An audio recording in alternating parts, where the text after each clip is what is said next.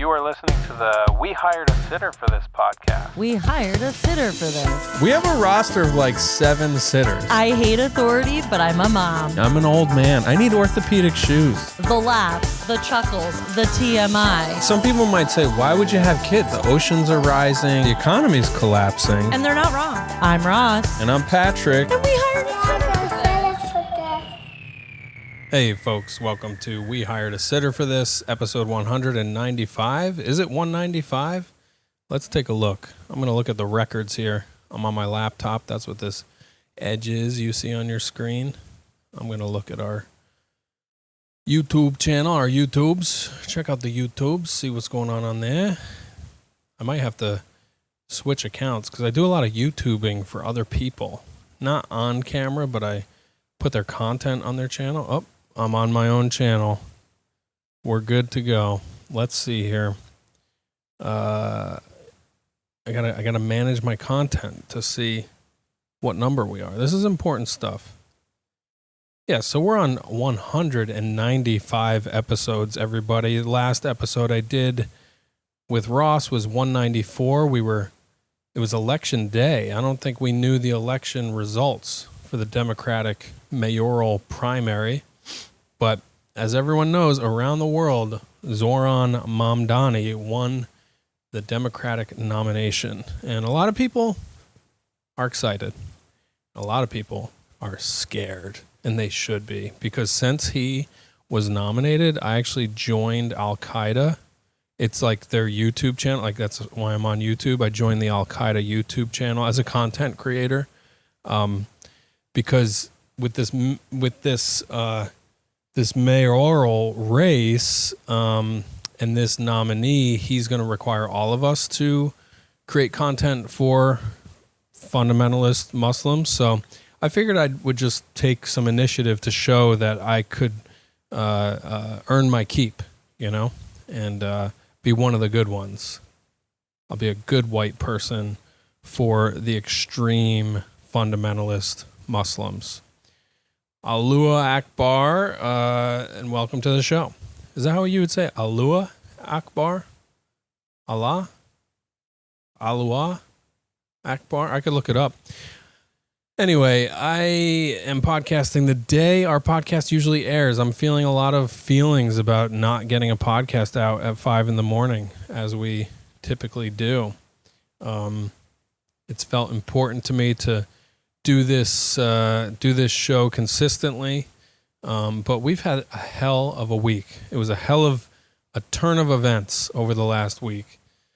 I came down with strep throat, which is really fun when you have a really important podcast recording to do.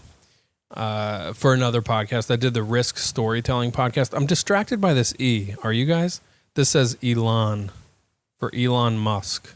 This is my Elon Musk t-shirt. No, this is from Elon University in North Carolina. I performed there a couple years ago now, and I got some swag, and I wear it sometimes. But now I realize I shouldn't be wearing this shirt. But there's only so many shirts, and it's sweaty out there, y'all. It's like 110 degrees and 120% humidity. So, oh, no stain. I can't believe I don't have a wet spot. All right. Anyway. Yeah, I guess I'll recap the week. So I came down with strep. I was doing the Risk podcast on Thursday. I didn't know it was strep at that point. The only thing I knew is that it was not COVID. I was like coming down with all these cold symptoms or flu symptoms. I don't know. On Wednesday, I came home from the office, and like within 30 minutes of being back in our house, my body just like started like seizing up on itself. Like I got like crazy cramps and a fever and all these aches and pains. And I was like, shit, I have COVID. That's exactly how I felt when I got COVID the first time. I took a test. The test said, no, it's not COVID. You're lucky. You don't need the chip. You don't need the jab. It's not COVID. It said all that right on the display. And I just went to bed. I was just like, all right, I'm going to crash. Hopefully by tomorrow, this will be out of my system. Maybe it's just a 24-hour bug. Woke up on Thursday feeling worse, and that was show night. I was going to do this story for the Risk podcast, that feels like the perfect story for that podcast. If you know Kevin Allison, if you know the show, I'd worked on this story with their story producer. It's a story I've been telling on stage since 2017, but I switched it up a bunch to make it kind of fit a more emotional format. If you listen to last week's Patreon episode, I get into the details of this whole thing with Ross, and she gave me a really nice pep talk, actually. So anyway, I went and did the show. I rallied, and it went okay. It went well. Ross said I did great. Of course, I have 20 things I wish I did differently. And then the next morning, I went to the doctor. Finally, I went to an urgent care, and they were like, yeah, you have strep. So here's a bunch of antibiotics. And those finally started working Saturday night is when I started feeling much better. So that happened. And then we did this trip upstate Sunday and Monday. Ross broke her foot or some shit in Aunt Nat's pool on Monday. So that became a whole whirlwind. So yesterday, Ross said, hey, can we hang out after Franny goes to bed? And I was like, oh, record a podcast? And she almost stabbed me in the chest with a knife, which I deserved. So we did not record. We did hang out. We just sat on the couch and chatted. It's nice to chat with your best friend sometimes, right? I miss doing that with her. It is. It's so fucking hard to just carve out the time to be with your partner. So didn't record a podcast. I'm doing it now. She's out with Franny at the pool. This is a weird week where we don't have childcare. This camera is not focusing on me. It's focusing on the laptop. It's oh, that's the interesting part of the screen, is this blank piece of metal at the bottom. I could lower this. I'll touch the focus over here. Can I reach? I think I did it. All right. So yeah, it's summertime. It's the weird gap week between end of school and the beginning of camp. So we have Franny every day, which is cool. I had a really nice time with her at the pool yesterday. Went to the public pool while Ross rested her broken foot. She's really hobbling around. Hobbling Holbert is what I call her. She didn't even take my last name, but Hop Along Holbert. Is that better? No, it sucked. She did a cannonball into the pool, and she just went straight to the bottom, much like a cannonball, and landed on her own foot. And from what I understand, it basically, well, your feet toes go this way, right? Oh, she just over crunched them this way. This is not my story to tell. I should let her tell it when she's back on the podcast. This might be a quick one, you guys. I'm just doing this literally to put up one by the end of Wednesday to say that it came out on a Wednesday. Maybe we'll do another bonus episode this week or something. Or you can go back in the archives and start listening from episode 1. I think we were funny from day 1, you guys. So if you miss, I don't know. Yeah. Anyway, I was going to look at what's going on in the news. Is that fun? How come? It's interesting. I'm on Reddit. And on my phone, I can just sort by news, but there's not a news button on the website. I don't feel like doing this. I don't feel like looking at the news. I am looking at a kitten with a propeller on its head on a bicycle, and that is very cute. Well, we hired a sitter for this is the name of the show. We did not get a sitter for this week. I thought we were supposed to stay upstate for Tuesday. Franny and I were going to go hang out with Josh T and his little boy. I won't say any names to protect their identities and their safety. We were going to hang out and do a pool day up there. But yeah, the injury Martineau. What's a fun Martineau pun I can make? The maimed Martineau made us have to come home early. No, it's fine. It was an accident. It sucked. It was also probably meant to be. We were probably meant to come home that night and not spend another night up there. I don't know. I did take Franny to the Ulster County pool in New Paltz on Sunday afternoon, and it was so fun and great people watching. And it really brought me back to my youth. That was a pool I went to during the summer rec program in Ulster County. In the school I went to, they had summer rec. Your parents paid $75, and you went to this day camp for like 6 weeks for probably 9 a.m. to 2 p.m. or something. And it was awesome. You went to school. You went to the middle school. You played sports all day. And then you went to the swimming pool like twice a week or whatever. And man, it was awesome. I really have so many great memories of that. I was a little shit back then. I ran away from the summer camp once. I'm sure I told that story on the podcast. But yeah, like it was great. And that pool, I don't think I've been in since those times. Like, because we didn't go in high school or even after, definitely not after high school. Like the pool is not all that close to my hometown. So like we didn't go there ever if it wasn't for summer rec. And, I don't know, I was doing the math and I'm like, I don't think I've been here for 35 years, but it looks pretty much the same. Like there's like a different slide there. But the locker rooms look exactly the same. Even the door, like the door to the snack bar, it's like that screen door sound when you open it, and it's got like a big spring that closes it. And I'm like, has this all been exactly the same for 35 years? I half expected to see the summer rec bus driver Jack in the showers, because that was the most seminal memory of those summers. There was this old guy Jack who was incredibly fit. He would drive the school bus with all of us to the pool. Then he would wear bikini bottoms and swim laps while we all played, which is nice. That's a nice thing to stay fit as an old man, right? Go for your laps, do your swims. But we just like thought that was so lame that this guy was like wearing what looked like women's bikini bottoms. And then when he would shower naked, which nobody did. Everybody would do the thing where you shower with your trunks on, and you lift the trunks a little bit, get some water to clean up your nether regions and whatever. But he would go full naked, and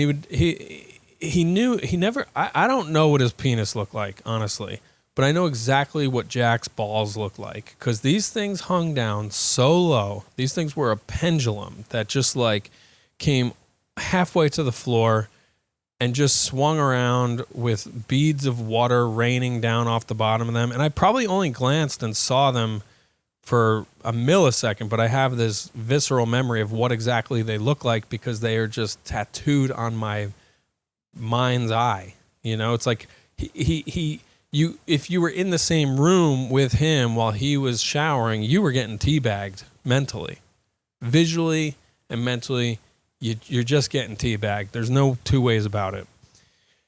So yeah, when we were there the other day, of course, I just felt like I'm gonna see some old man's balls somewhere, and I did not. Maybe it's me. Maybe it's my turn to be the old man with the old balls. They are getting longer. I don't know what's going on down there. They're not quite the same length as his, but man, these hot days, they do really feel like you could get them lost in a sewer grate if you're not careful. So anyway, we went there to the pool, had a great time, talked to Ross on the phone, who sounded very sad to be alone in Brooklyn while we were at the pool. Again, maybe she can chime in about how that was for her. Do we do the thing where I make her record a podcast by herself later? I don't think we do, because I really got to get this one up and out. I'm checking now to see if she's texting. She said earlier, we're staying at the playground, because in New York, the playgrounds or the pools are open from 11 in the morning till 3 in the afternoon, and they close for an hour for cleaning, and then they're open from 4 to 7 every day. That's the same schedule at every public pool around the city. And you got to play your cards right with that hour off, you know, because when she starts summer camp here next week, she'll be getting out of camp at 3 p.m., and then she'll want to go to the pool, and we can go to the pool, but if we go stand online for a half an hour before it's back open at 4 p.m., that's like a tough half hour to just be standing around in the hot sun, you know? So we got a lot of figuring out to do for the summertime. But we're going to be going to the pool a lot. We're going to go to the beach in Connecticut. We're going to go in nature as much as we can. I'm trying to work remotely as much as possible. I'm doing social media for therapists. I'm doing coaching over Zoom. I'm doing whatever I possibly can from the comfort of this very laptop. So I'm exhausted just from these 14 minutes or whatever. It's tough to do this alone, but I want to stay on schedule for myself, express myself, connect with you all, fulfill what, I don't know what I'm talking about. And then a lot of quality time with the fam. Got to see Grandpa and Grandma. That's what my parents are called. And we had a nice little trip upstate. Franny got a lot of time in nature. Before we went to the pool, we went over to Strep Dairy Farm in I guess that's Pine Bush. If you're from the area, maybe you know about their famous milk products I think it's an honor system. I think if you want to buy their milk, you drive to their farm, go to the milk store, and I think you just put money in a box and take whatever you want. I think that's the system, which feels so sweet and quaint, and I hope it's working for them. But yeah, at the farm, it was really fun. She got to see some cows, some goats. She's like running around a goat pen with her friend. She's got another 5-year-old friend up there, and they're running around with these goats who have like actual horns. Like, did you see The Witch with the goat? There's like an interaction between an evil guy or the goat's evil or the witch is a goat. I don't know what goes on, but this thing attacks the guy. And I'm just like picturing my kid getting head-butted by a goat. But she didn't. She did get to play with a kitten. There were several kittens born on the farm recently. 2 of them were around. And it was sweltering hot, by the way. I'm like, these kittens need gallons of water. She's playing with a farm kitten. She's petting the cows, the goats. I think that's all the animals there were, but there's just so many different kinds of cows around. And then just like playing in the grass with this dog. I'm like, God, what is this slice of heaven that we've discovered up here at Strep Dairy? It was really nice and fun. And then back at the hill in Walden, there are families of deer that have just become totally domesticated in that town. One of the tenants in one of the apartments feeds the deer these Cheerios, and he has close personal relationships with these deer. So at one point, Franny and I approached a family of deer, and we pretended to have stuff in our hands. We just put some grass in our hands, and she was able to get really close, and one of them ate a little bit of grass out of her hands. It's pretty adorable to see my kid just like communing with nature, like directly with the animals. It's a little crazy, but very sweet. I did have a fear she was just going to get like knocked out. Like I pictured deer. I don't know that they are a lot like horses, but like if the thing got scared, would it just like kick its back legs directly into her face, you know? But they didn't. Everybody's good. What else? I think that's it. I this is probably one of those episodes you're like, I'm just going to skip this. I can't bear listening to this monotone dweeb talk by himself in his kitchen, and I understand why you would feel that way. So I will put you out of your misery now and say goodbye, and thanks for listening.